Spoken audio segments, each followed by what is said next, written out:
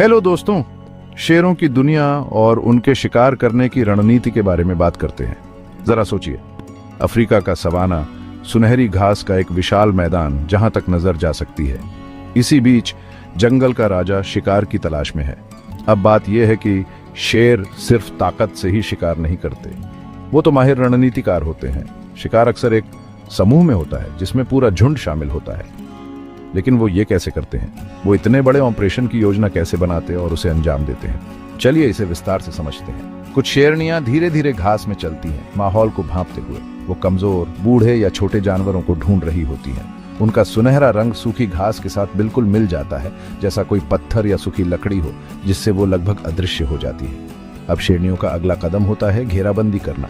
सभी शेर झुंड बनाकर अपने शिकार को घेर लेते हैं। यहीं पर उनकी बातचीत करने की कला काम आती है। वो अपने हाव भाव और धीमी आवाजों से एक दूसरे को संकेत देते हैं। रणनीति में सब्र की अहमियत है। वो धीरे धीरे शिकार के और करीब आते हैं, अक्सर हवा की विपरीत दिशा से, ताकि उनकी गंध न पहुंचे। मुख्य बात यह है कि शिकार को सचेत किए बिना हमले की दूरी तक पहुंचना।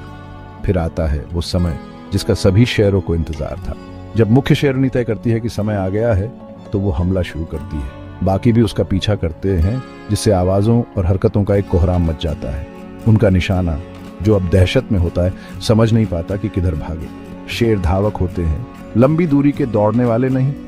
उन्हें कुछ 100 मीटर के भीतर ही शिकार खत्म करना होता है। एक ताकतवर छलांग, पंजे का एक वार और खेल खत्म।